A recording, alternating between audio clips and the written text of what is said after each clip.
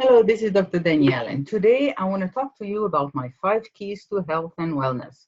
I started to study health at 15 because I was diagnosed with skin cancer and had surgery every 6 months. At the time, I was already studying with two institutes in Paris and in Switzerland. I was studying psychology, but they were also teaching nutrition. So I studied with both psychology and nutrition. I bought my first juicer when I was 18, stopped going through surgery, and I'm still here. So I have some 45 years experience.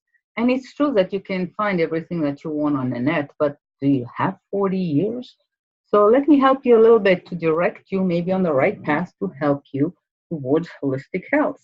So as usual, I like to share my PowerPoint because there are a lot of pictures. And a picture is worth 1,000 words. So let's start from the beginning. I used to call them 5 keys of health and wellness, but I also realized they are pillars of health. We need them all. We need to take care of our physical body, our emotional body, our mental body, our subconscious mind, and our spiritual side. So this one is about our spiritual body, and welcome to key number 1. What is a holistic approach? Well, to me, it means to have more than one belief. You only have one belief, say that surgery is going to cure all your ills, and it doesn't work. What is going to happen if that pillar falls? There is nothing left. I heard about a homeopathic doctor who was bitten by a black widow spider, and there are good allopathic remedies for that, but he only wanted to use homeopathy. Guess what? He died. He could have been saved with different kind of medicine, but he only believed in one, and it didn't work out. So what if you have multiple beliefs to help you? What if you think, maybe I go to my doctor, I have some tests done, maybe get a diagnostic, and maybe I go to my chiropractor to straighten my spine and be sure my nervous system is working well. I'll go see a homeopathic doctor. Maybe they can give me some remedies, or a naturopath to help me live in a more healthy manner, or a coach. If one of these don't work, well, you still have all the other columns, all the other pillars to hold you up. So let's talk about my 5 keys. What did I develop in over 45 years? Key number 1 is for vibrant health and perfect will. It's taking care of your physical body. Number 2 is about taking care of your emotions. Number 3 is mental fitness training. And you have to train yourself, just like you don't go to the gym one day and you go in front of the mirror and say, hey, my muscles have grown. It doesn't happen in one day. Neither does mental fitness. So it is exercise, very short exercise that you can do daily to keep your mind and your brain being sharp and focused. Imagineering, or the power of the mind in healing. That was the title of my PhD thesis. And I talked about placebos and nocebos and power of your mind in healing, about multiple personality. It's amazing the power our minds hold, and we need to learn to use them.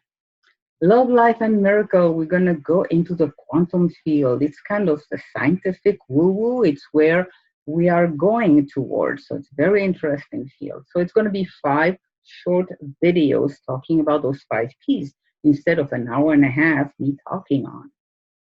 So key number 1, vibrant health. The body is like a vehicle. Okay, it's like a high performance car. Are you taking care of it like a high performance vehicle? Or are you taking care of it like an old clunker? You don't maintain it, you don't do the oil change, you don't put the right gas, you don't do the services, but you think your car or your body is going to perform. And even if you have an accident at some point, there are many, many different ways to help you get better. So what do we do for body care and maintenance? Well, number 1 is hydration. Your body needs to be hydrated. It will lubrify your joints. It will help your heart feel better. It will help your digestion. And I know it's not that easy now to find good water. When I was growing up, it was just tap water. It was good and clean in Switzerland. Even we went up in the Alps and we could eat the snow or go to a brook and it was fine. It's not like that anymore. There's a lot of pollution. So do the best you can. Stay away from plastic bottles. They leach some plastic and it's not good for your body. So invest in a still. I bought one at eBay and one on Amazon. I have the Alexa Pure. There are different ones, and it's a very good investment. It's not that expensive. Or go somewhere where they filter water. They filter out all the fluoride, the chlorine, the mercury, all the medication that go down the toilet.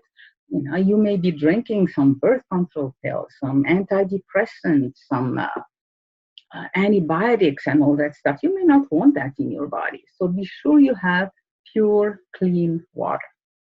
And then you need to feed your body some proper food. Again, some 70 years ago, it was not that difficult. You could only eat what you went out to gather. If you had a garden, you could fish, you could hunt. And that was usually very clean food. It's not like that anymore. Our food is full of chemicals, pesticide, insecticide, GMOs, glyphosate, and all kind of preservative and coloring and flavoring. And if you cannot read the label on a food, your body cannot process it either. So eat simple food that is as close to natural as possible.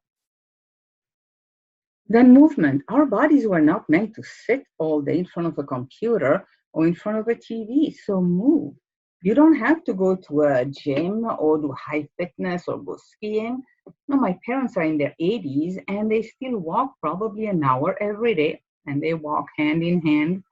And it keeps them much healthier. And they go into nature too, which is another thing. Nature keeps you healthy. It has good vibration. Go in the forest, go in a park, go on the beach, walk bare feet in the grass, bare feet in the sand. The sun is not our enemy. The sun actually helps us prevent a lot of diseases. What makes plants grow? It's the sun. What cured people of tuberculosis in a Swiss sanatorium? It was the sun. So the sun has been maligned because of some tests that were done. I believe it was on Australian people who spent all their week under fluorescent lights in an office, and then they were overexposed on the weekends. Of course, you're going to have some skin trouble doing that. But if you look at people who spend most of their life, like peasants in their field, or people that are still in tribal settings and spend a lot of times outdoor in the sun, they don't have the problems that so-called civilized people do in the sun. So think about going in the sun early in the morning or late at night, and just take it one day at a time, 5 minutes, 10 minutes, up to half an hour, and enjoy the sun rays.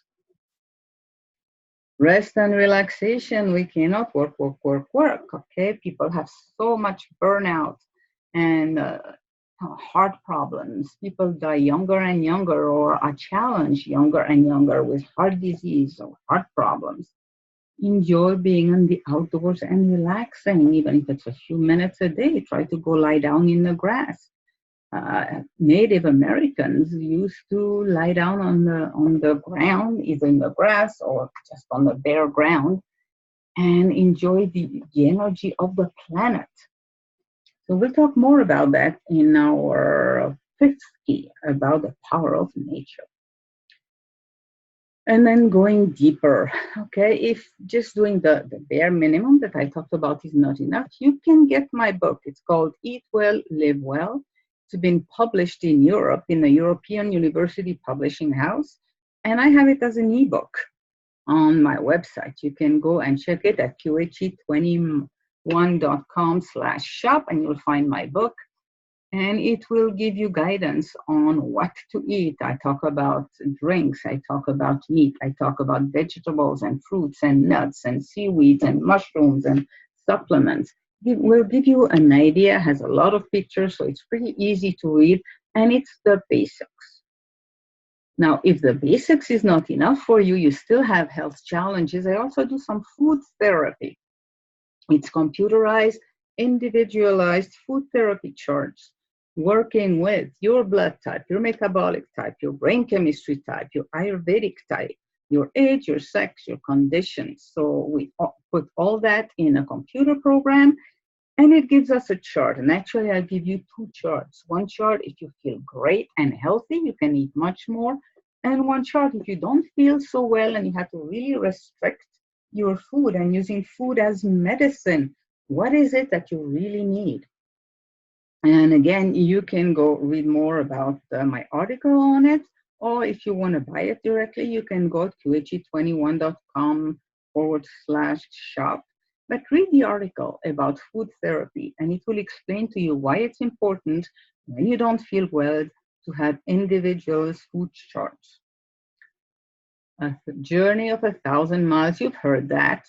So if you do one step a month, you'd have changed 12 things in a year. You want to go faster? And do one step a week, 52 steps in a year. You can decide, okay, this week I will concentrate to hydrate well. Next week, I will concentrate in eating more green vegetables. Third week, maybe you'll take a rest or go into nature for a half-hour walk, etc. And that's how you get success, not from one day to another. It's a long haul, and every time you arrive at your goal, you see the next goal, then the next goal. So it's a lifelong project to stay healthy. Write it down now. What are you going to do this week? So thank you for being with me, and I'll see you on the second key. It's another video that I will prepare. All right, I hope you learned something and that will stay with me for my 5 keys to health and wellness.